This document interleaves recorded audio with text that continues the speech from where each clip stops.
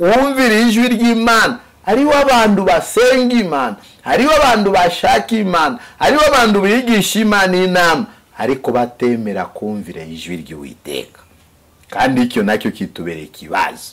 Mu gihe winangiye kumvira ijwi ry'Imana, umenye ko ingaruka y'ibibi bizagusanga, umenye ko wateshutse kandi ukiri muzima. Yesu atushigikira. Kutumvira ijwi ry'Imana ni kibazo ku bantu bakorana n'Imana, ni kibazo ku bantu bashaka inama z'Imana. Philadelphia, Imana iratsinda. Twongeye gushima Imana iki gitondo kiza tugarutse imbere yanyu. Ni Pastor Serugendo Dismas uturuka mu itorero Philadelphia. Mana ibaho umugisha. Reka tubanze dusenge dushima Imana. Turagushimiye wera wa Israeli kuko uri data kandi urakiranuka. Tunejejwe n'urukundo rwawe uturinda ku mano na nijoro. Twageze imbere yawe tugiye kuvuga ubutumwa bwiza, utwezo tutunganye mwami bitaba ubwenge bwacu ariko bigaragare wowe weze kirere nacyo ugitunganye. Twirukanye imbaraga zose z'umwanzi Satani ku mwanya mwiza nguyu.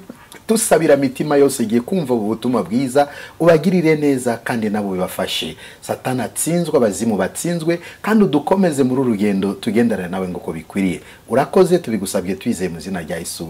Amen. Mana ishimwe bene data, tongeye kugaruka mbere yanyu iki gitondo cy'umugisha, tuzanwa no kuvuga ubutumwa bwiza bwa Yesu Kristo. Ijambo tugiye kuganira kubw'uyu munsi mwiza riratubwira kwigisha Imana inama. Kwigisha Imana inama. Kwigisha Imana inama, ukumvira uhabwa umugisha. Ariko kutumvira bituzanira ingaruka. Kwigisha Imana inama, ukumvira uhabwa umugisha. Ariko kutumvira bituzanira ingaruka. Ijambo ry'Imana tugiye kurisoma mu gitabo cya Yeremiya gice cya 38 murongo wa 14 kugeza ku murongo tumanuka hepfo. 14 tumanuka ku 23.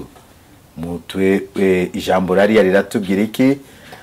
Sedekiya agisha Yeremiya inama. Sedekiya agisha Yeremiya inama. Nuko umwami Sedekiya aratuma ajyana umuhanuzi Yeremiya biyereranye mu muryango wa gatatu w'inzu y'Uwiteka. Umwami abwira Yeremiya ati, hari icyo ngiye kukubaza, ndugire iyo umbisha.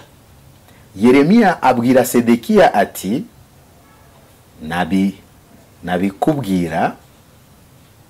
ntabikubwira ntiwanica, kandi ninkugira inama nduzanyumvira. Nuko umwami Sedekiya arahira Yeremiya rwihishwa ati, ngurahiye Uwiteka uhoraho waduhaye ubugingo, ntabwo nzakwica cyangwa ngo ngushire mu maboko yabo bantu baguhiga ubugingo bwawe. Maze Yeremiya abwira Sedekiya ati, uko nuko Uwiteka Imana nyiringabo, Imana ya Bisirayeli ivuga iti, nusanga ibikomangoma by'umwami wa Babiloni, nibwo ubugingo bwawe buzabaho, kandi uyu murwa nduzatwikwa, nawe uzabaho n'ab'inzu yawe. Ariko nutemera gusanga ibikomangoma by'umwami w'i Babiloni, uyu murwa uzatwikwa mu maboko y'Abakaladayo, kandi bazawutwika, nawe nduzava mu maboko. Maze umwami Sedekiya abwira Yeremiya ati, abayuda bagiye kuyoboka Abakaladayo, ntinya ko bashira mu maboko yabo shinyagurira. Ariko Yeremiya ati ndibaza gutanga nakwinginze umvira ijwi ry'Uwiteka rivuga ibyo ngubwira, nibyo uzamererwa neza kandi ubugingo bwawe buzarama. Mbese yari twavuze ko mutwe w'ijambo ratubwira kugisha Imana inama, ukumvira uhabwa umugisha. Mu gihe twigishije Imana inama, tukumvira ya nama Imana itubwiye, tuzahabwa umugisha. Ariko kutumvira bituzanira ingaruka. Sedekiya yigisha umuhanuzi Yeremiya inama. Hano yari ikiganiro cy'abantu babiri. Sedekiya yari umwami w'Abayuda mu rubyaro rwa Dawidi. Uyu Yeremiya yari umuhanuzi mu gihe cye ahanurira ubwoko bw'Abisirayeli. Mwami Sedekiya aramuhamagara, kuko mu gihe cy'Abisirayeli abami bageragezaga kubaha Imana, gushaka kumva inama ziva ku Mana, bashaka kumva icyo Imana ibategeka. Yagiye kwigisha inama muhanuzi w'Imana. Nuko umwami Sedekiya aratuma ajyana umuhanuzi bombi mu nzu y'Uwiteka, ati aricyo nshaka kukwigisha inama, kukubaza, ntugire icyo umisha. Abwira Yeremiya muhanuzi w'Imana, ari kintu ushaka kukubaza za muntu w'Imana, ariko ntugire icyo umisha. Yeremiya nawe abwira Sedekiya ati nabikubwira mwanya yamusabye, aricyo ashaka kumubwira nabashije kumwihisha. Yeremiya naramubwiye ko nimubwira nduzanica, kandi ninkugira inama uzayumvira. Yagiye kumwigisha inama, ase nimubwira ntabwo uzanica, ningwigisha inama uzumva ibyo nkubwiye. Mbese biganiro mw'aba bantu babiri, umwami n'umuhanuzi w'Imana, kwigisha Imana inama. Mu gihe tumviye inama Imana iduhaye, tuboneramo umugisha, cyangwa se tuboneramo amahoro, navuga ko kandi. Nuko umwami Sedekiya arahira Yeremiya rwihishwa ati ntakurahiye Uwiteka uhoraho waduhaye ubugingo. Ararahira mbere y'Imana, Uwiteka uhoraho waduhaye ubugingo. Bene data, nimba dufite ubugingo no kubw'Imana, uyu muntu yagize yishorirwa, ndakurahiye Uwiteka uhoraho waduhaye ubugingo. Ubugingo dufite twabuhawe n'Imana, ntabwo ari kwirata. Ntabwo nzakwica cyangwa ngo ngushire amaboko y'abo bantu baguhiga ubugingo bwawe. Sinzakwica cyangwa se ngushire mu maboko y'abantu barwana ubugingo bwawe. Maze Yeremiya abwira Sedekiya, mbese n'ibiganiro kw'abo bantu babiri,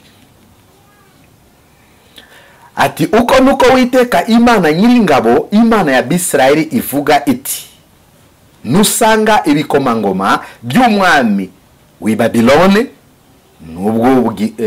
nusanga ibikomangoma by'umwami w'i Babiloni, nibwo ubugingo bwawe buzabaho.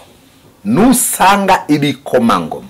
Yari igihe kimwe Mana yagurikije Nebukadinezari mwami wa Babiloni, imuha ububasha yo kurwana zindi mahanga, atera no ku Bisirayeli.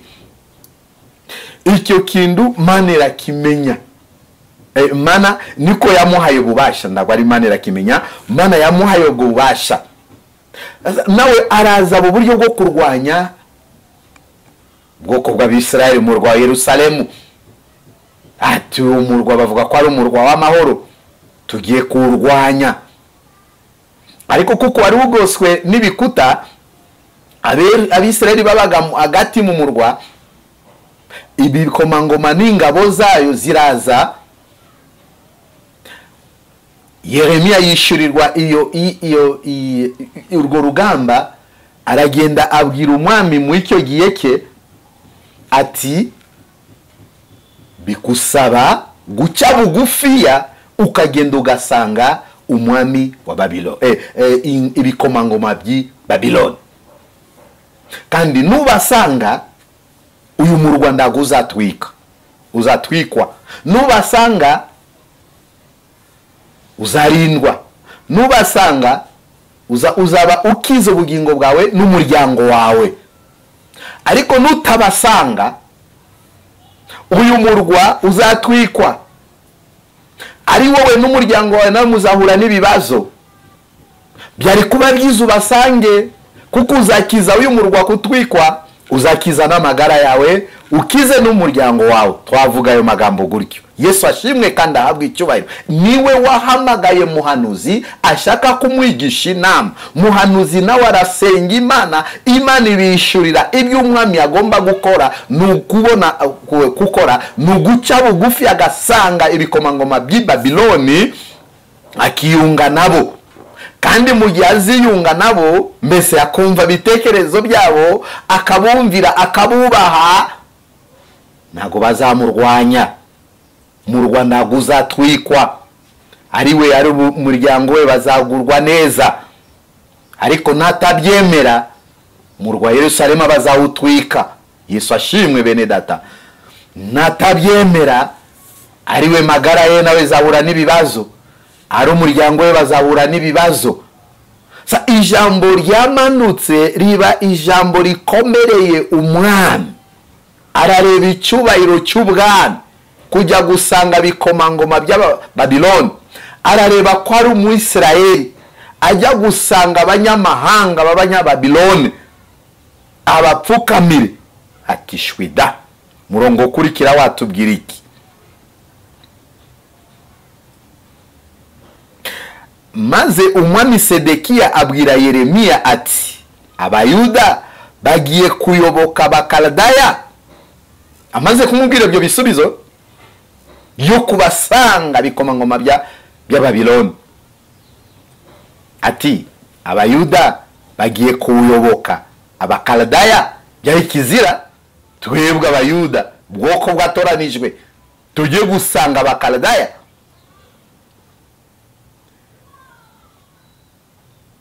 Bimubereye ikibazo. Abayuda bagiye kuyoboka Abakaludaya, ndinya ko bashira mu maboko yabo bakanshinyagurira. Mbese mwami yabonye ko najya kubasanga bikomangoma by'Abakaludaya, bazamufata bamushire mu maboko yabo, batangire kumushinyagurira. Si wowe mwami w'Abayuda, si wowe wavuga ko senga Imana, si wowe. Arareba avuga oya, sinshaka kujya kushinyagurirwa n'Abakaludaya. Twebwe Abayuda turi ubwoko bwatoranijwe n'Imana. Ariko nuko bara ubwoko bwatoranijwe n'Imana, bari bamaze gukora iki? Gucumura mbere y'Imana. Giye cyose duteshutse mu nzira y'Imana idukuraho amaboko. Kandi mu gihe Imana igukuyemo amaboko, mwene data, nutashobora kugusuzugura yagusuzugura. Ibyagutinyaga ndago bishobora kongera kugutinya ukundi. Yesu atufashe tuhagarare ku munara, tukiranukira Imana, tugende nguko bikwiriye mu ibi bihe bikakaye turimwo. Nimukabone ko ari uburyohe bw'isi. Isi irimo gushirana n'uburyohe bwayo. Igisigaye nukumvira Imana, igisigaye nukwigisha Imana inama mu ibi bihe turimo. Mana twakora iki? Mana twavuga iki mu murimo wawe? Murimo w'Imana tuwutinye bene data. Gukorera Imana ntabwo ari ibintu by'imikino. Yesu atushigikire kandi adushoboje. Abayuda bagiye kuyoboka Abakaludaya. Mwami aribazayo, ntinya ko banshira mu maboko yabo bakanshinyagurira. Nicyo gisubizo yahaye muhanuzi yamaze kumuha mugambi w'Imana kubw'inama yaje kwigisha umuhanuzi. Ariko Yeremiya ati ntibazagutanga. Ndakwinginze umvira ijwi ry'Uwiteka. Ntibazagutanga. Umuhanuzi yakomeze tara kumuhendahenda. Ndakwinginze ntibazagutanga. Ndakwinginze wumvira ijwi ry'Imana. Hariho abantu basenga Imana, hariho abantu bashaka Imana, hariho abantu bigisha Imana inama, ariko batemera kumvira ijwi ry'Uwiteka. Kandi icyo nacyo kitubereye ikibazo. Mu gihe winangiye kumvira ijwi ry'Imana, umenye ko ingaruka y'ibibi bizagusanga, umenye ko wateshutse kandi ukiri muzima. Yesu atushigikira. Kutumvira ijwi ry'Imana ni kibazo ku bantu bakorana n'Imana, ni kibazo ku bantu bashaka inama z'Imana. Musumwe ari umuntu twaganiriye nawe by'uru rugendo, namubwira bibazo byose ufite bigusaba kwigisha Imana inama ikakuha ikimenyetso. Ati uranjyana kure. Kwigisha Imana inama biratinda. Kwigisha Imana inama hari igihe ikubwira ibyo bitawanye n'umutima wawe, bitawanye n'umugambi wawe. Ndavuga none se urashaka iki? Waje kunshakira iki? Mbese urashaka ko tubwira Imana ikore gusa ibyo wowe ushaka? Twebwe turabasenzi, turasenga, tukazamurira umuntu kifuzo ke mu maboko y'Imana. Imana niyo imenya ibyo imugenera. Birashoboka ibyo wowe wifuza none Imana ikabona ko bizaba mu kwezi kwa 12. Mukristo akwiriye gukora iki? Kutuza mwanya wasenze, mwanya wigisha Imana inama. Inama Imana iguhaye ugomba kuyumvira. Yesu ahabwa icyubahiro. Ndakwingize umvira ijwi ry'Uwiteka rivuga ibyo ngubwira. Yeremiya arimo kwemeza umwami Sedekiya. Umvira ijwi ry'Uwiteka, aramwinginga kumvira ijwi ry'Uwiteka ibyo imubwira. Nubwo uzamererwa neza. Mu gihe wumvira ijwi ry'Imana ni uzamererwa neza, ariko mu gihe tutumvira ijwi ry'Imana bene data bitugirira ingaruka itari nziza, kandi ubugingo bwawe buzarama. Kumvira ijwi ry'Imana umererwa neza, kandi ubugingo bw'umuntu bubasha kurama. Nitukagende kavuyo mu Mana ikora ibyo ishaka. Usha no kwisaba bintu uyu munsi amafaranga, ikareba ko sicyo gihe cyo kuhabwa amafaranga.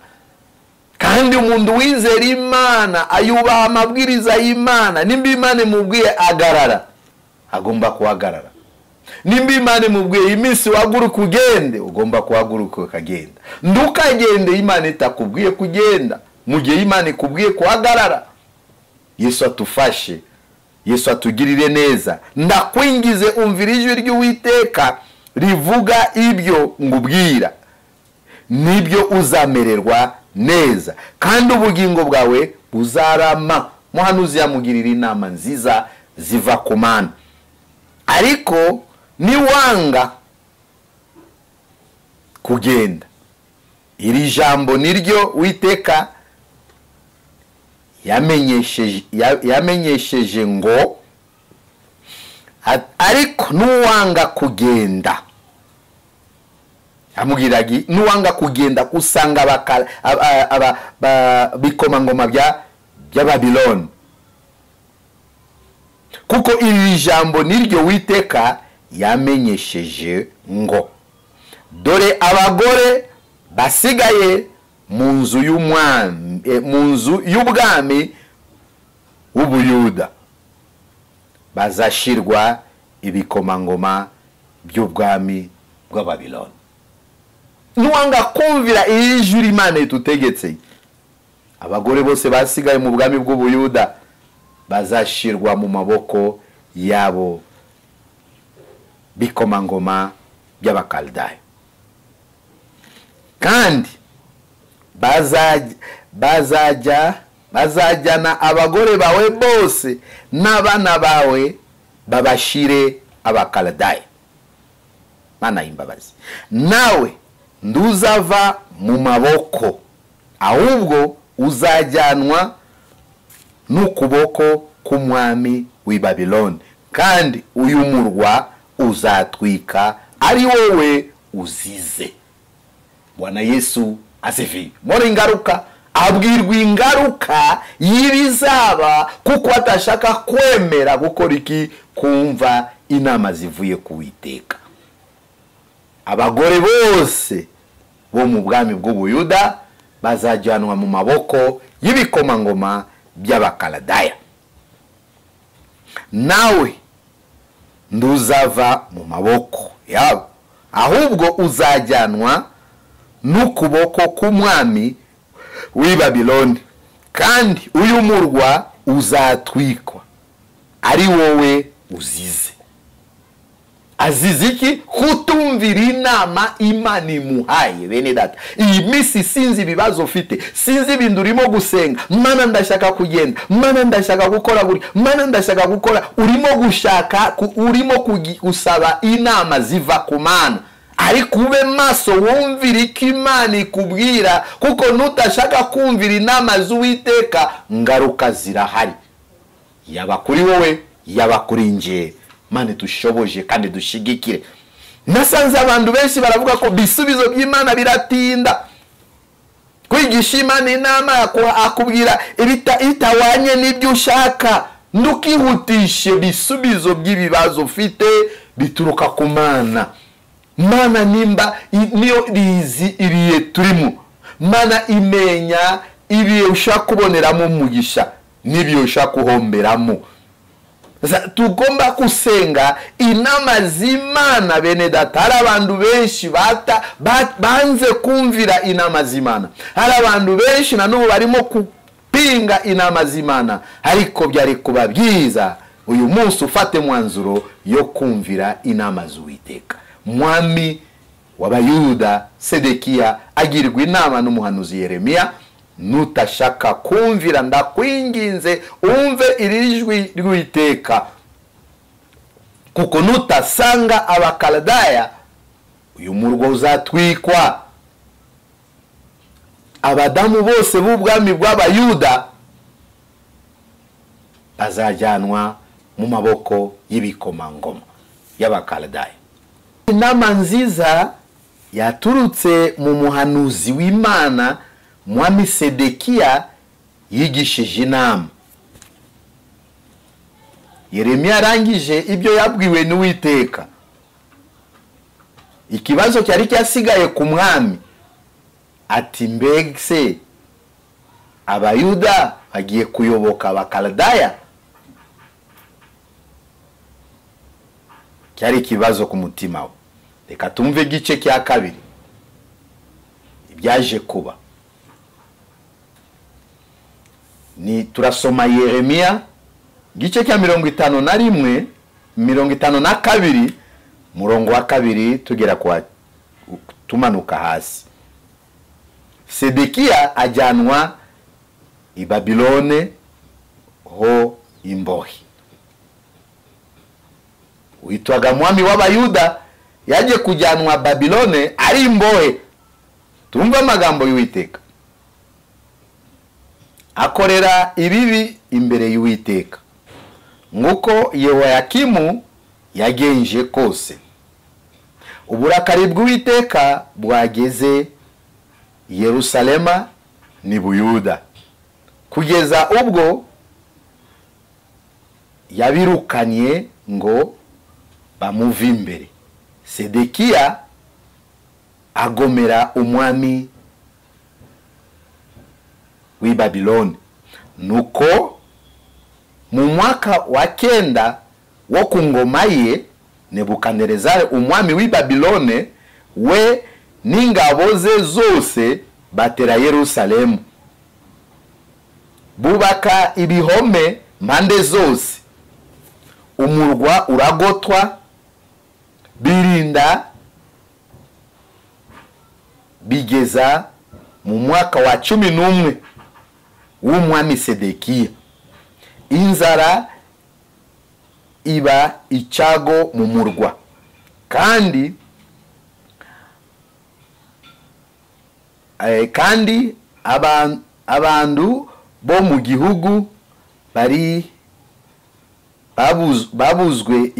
babuze ibyo kurya. Umurwa ucikamo icyuhu, ingabo zose zirahunga, maze ingabo z'Abakaludaya zikurikira umwami Sedekiya zimufata mu bisiza by'Yeriko. Ingabo za Sedekiya zose ziherako ziramuhana ziratatana, maze zifata umwami Sedekiya zimushira umwami w'i Babiloni, maze amucira urubanza. Nuko umwami w'i Babiloni yicira abahungu ba Sedekiya mu maso ye,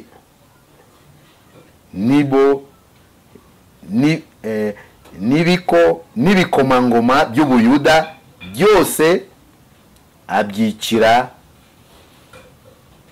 irubula, maze anogora Sedekiya amaso, amubohesheje iminyururu, amujyana i Babiloni, amushyira mu nzu y'imbohe, arinda agwamo. Amen. Ibi byose byaje kuba ni ingaruka mwami Sedekiya yaje gukora iki? Kumvira inama z'Imana. Twavuze ko mu gihe tumviye inama z'Imana zituhesha amahoro n'umugisha, ariko mu gihe tuyigishije Imana inama tukanga kumvira ibyo yadutegetse, bituzanira ingaruka itari nziza. Hano tumvise ko Sedekiya yaje kujyanwa imbohe mu gihugu cya Babiloni. Yari umwami yanze kuyoboka ibikomangoma by'Abakaludaya nk'uko muhanuzi w'Imana yamubwiraga. Mu yo myaka y'ukuyobora kwe akorera ibibi imbere y'Uwiteka, nuko Bibiliya tubwira. Sedekiya akora ibibi imbere y'Uwiteka nk'uko Yoyakimu yagenje kose. Akorera bibi imbere y'Uwiteka, mwami atibuka ko ndiho kubw'Imana, yibagirwa ineza y'Imana, yibagirwa aho Imana yamukuye, yibagirwa amasezerano y'Imana, akorerwa ibibi mu mbere y'Uwiteka. Ari abantu badatinya gukorera ibyaha mbere y'Imana, tinya gukorera ibyaha mbere y'Imana. Nangwa se mu buzima bifata umugambi yo kutakora ibyaha, kuko umuntu ukora ibyaha ndagwane nezeza Imana, ntabwo ashobora kuba inshuti y'Imana. Yanze kumvira inama z'umuhanuzi, agaruka tena mu gihe cye akora ibibi imbere y'Uwiteka nk'uko Yoyakimu yagenje kose. Mwanya akoze ibyo bibi, cyangwa natwe mwanya dukora ibibi, umva ingaruka ishobora kutugarukaho. Uyu murongo, uburakari bw'Uwiteka bwageze Yerusalemu n'Ubuyuda. Mu gihe cyose abantu bakoze ibyaha, badashaka kuhindukira, badashaka kwihana, Imana ibagirira iki? Ibagirira uburakari. Irarakarira abanyabyaha Mana. Hano muri ibyo byaha mwami yakoreye imbere y'Uwiteka, uburakari bw'Uwiteka bwagenze Yerusalemu n'Ubuyuda, kugeza ubwo yabirukaniye ngo bamuve imbere. Sedekiya agomera umwami w'i Babiloni. Mu gihe yakomeje gukora ibyo bibi imbere y'Uwiteka, burakari bw'Imana bumanukira Yerusalemu n'Ubuyuda, kugeza aho Uwiteka yabirukanye ati mumve imbere, mumve imbere. Nuko ku mwami ku mwaka wa 9 wo ku ngoma ye ya mwami Sedekiya, mwaka wa 9, akomeza gukora ibibi imbere y'amaso y'Uwiteka, Imana yagurutsa Nebukadinezari umwami w'i Babiloni, we n'ingabo ze zose batera Yerusalemu, bubaka ibihome mpande zose, navuze hano mu gihe mani dukuyemo kuboko utashaka kukugeraho yakugeraho, wagutinyaga ntabwo ashaka kugutinya. Aba bami bose ba Nebukadinezari bari bazi ko Yerusalemu ni umurwa w'amahoro, Abisirayeli ni ubwoko bwateranijwe, Abisirayeli bari kumwe n'Imana, Abisirayeli tumvise amakuru yabo buryo Imana yabarwanira urugamba, buryo Imana yabarinze, buryo Imana yaneshereje abanzi babo mu maso ye, baramutinyaga. Ariko kubera icyaha yakoreye mbere y'amaso y'Uwiteka, Imana yagurutsa Nebukadinezari kuza kubatera. Yesu atufashe kandi atugirire neza. Ibihe turimo nibyo byo kugendana n'Imana ukoresheje ubwenge bw'ukuri, atari ubwenge bwawe. Bibiliya iravuga iki? Twavuze nuko umwaka wa 9 ku ngoma ye Nebukadinezari umwami w'i Babilone we n'ingabo ze zose batera Yerusalemu, bubaka ibihome mpande zose zo murwa wa Yerusalemu. Umurwa ugotwa barinda bigeza umwaka wa 11 w'umwami Sedekiya. Afi mwaka wose Nebukadinezari yasize igihugu cye bagose umurwa wa Yerusalemu. Mwaka wose Sedekiya nawe yanze kubakingurira kuko bamusabaga akingure babonane mu mahoro, ariko arabyanga. Ya jambo yavuze ko se abayuda bagiye kuyoboka abakaludaya. Nebukadinezari navuga kuko wanze kutukingurira mu mahoro, turebe nta muntu wizinjira cyangwa se usohoka. Ibyago byaje mu murwa, inzara iratera, murwa uragotwa barinda bigeza mu mwaka wa 11 w'umwami Sedekiya. Inzara iba icyago mu murwa. Yesu atufashe kandi atugirire neza. Inzara iba icyago mu murwa, kandi abantu bo mu gihugu bari babuze iki? Ibyo kurya. Aho inzara yabaye icyago, mbese ibyo kurya ntago biboneka kuko nta kwinjira nta gusoka kwari kurimo. Nuko ufite amafaranga ntago wasoka hanze uvuga ko Nebukadinezari n'ingabo ze ziri hanze.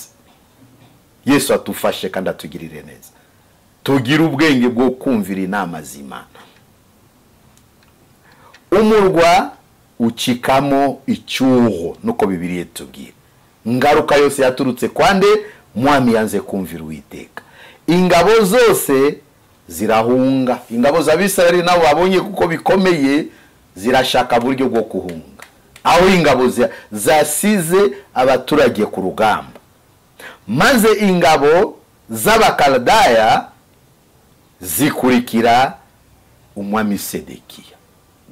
Umwami n'ingabo ze bacitse barakwepa umwami. Bibazo byari bimaze kuba mu murwa, bacika umwami Nebukadinezari. Ariko Nebukadinezari aza kumenya koko bacitse, avuga no maze ingabo z'abakaludaya zikurikira umwami Sedekiya zimufatira mu bisiza by'Yeriko.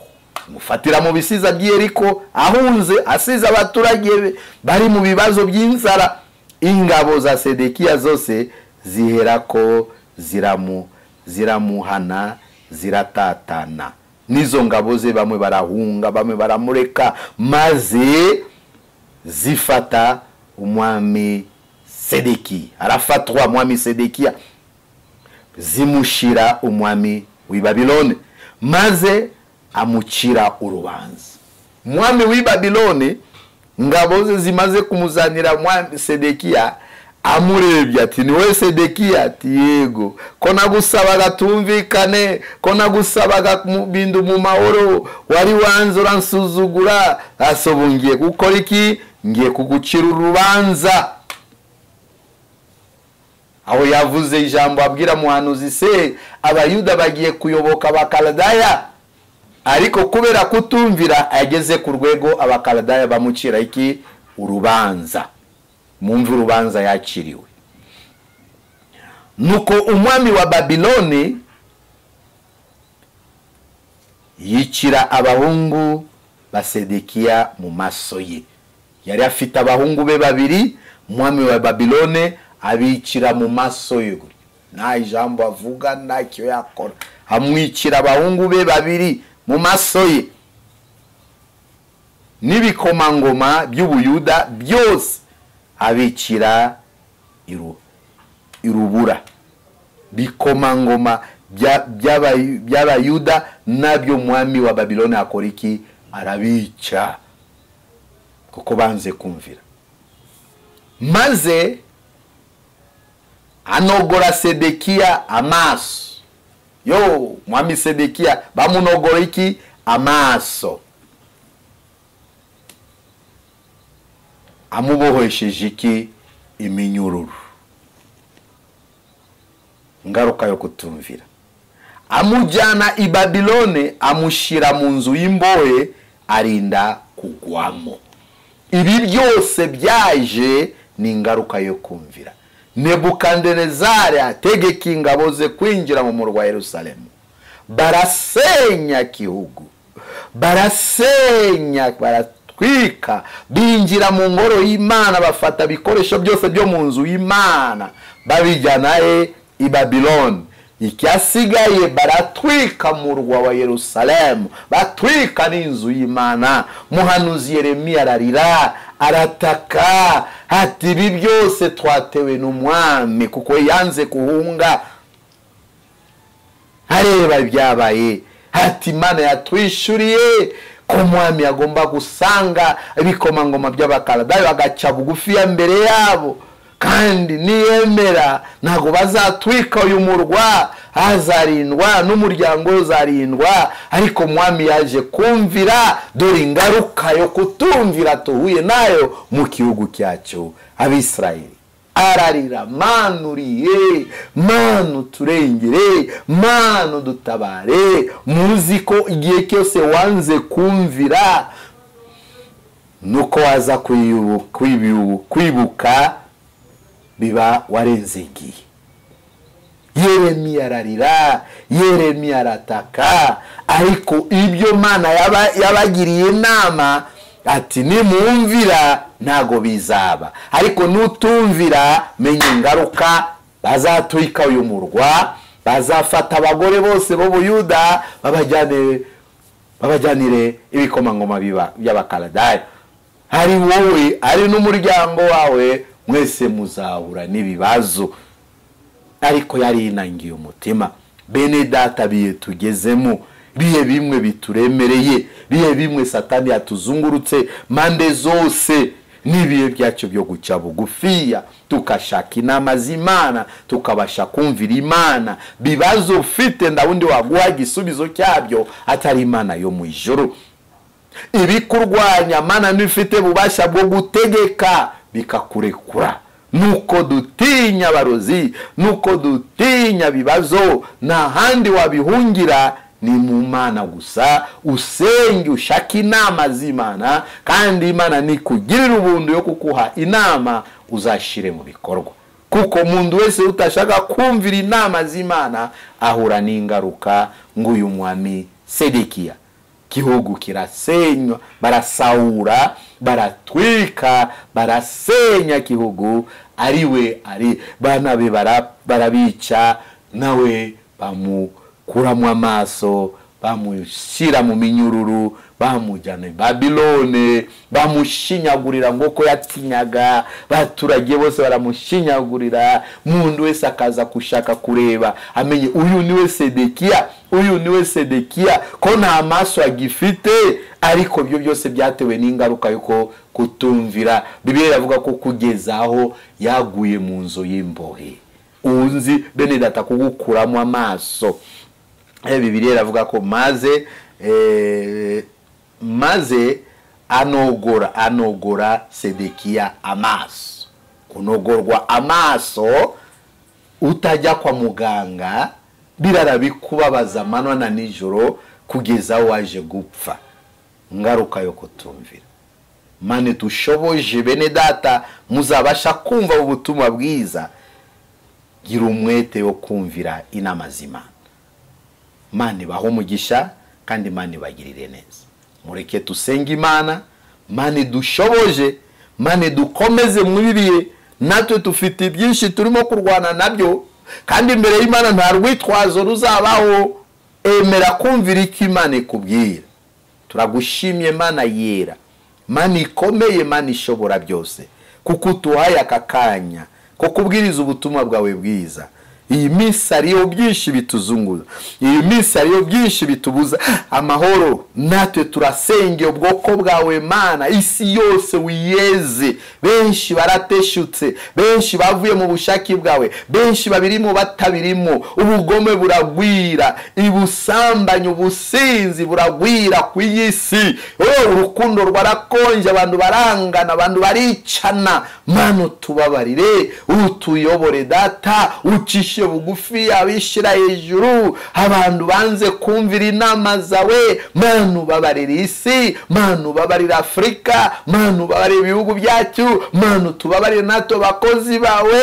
Yo rimwe na rimwe ari igihe tubwira inama, ukatugirira inama ku murimo cyangwa ku by'uru rugendo, tukabona ko ni birebire tugacika intege, ariko dutunganye utube mitima yo gukora iki, yo kumvira tugakurikira inama zawe.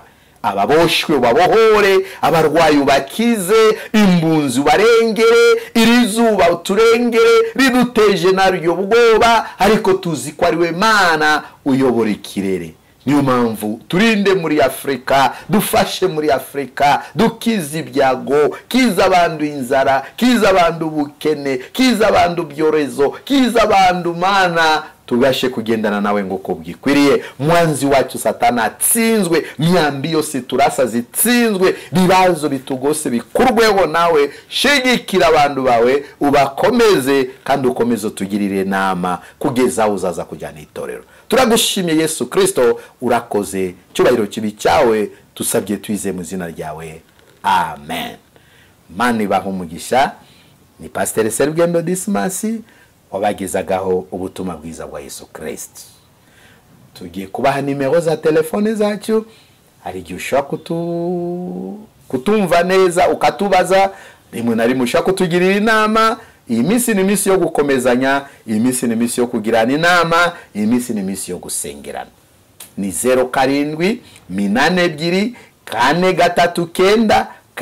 0782439754. Murakoze, Imana ibaho umugisha. Shalom. Philadelphia, Imana iratsinda.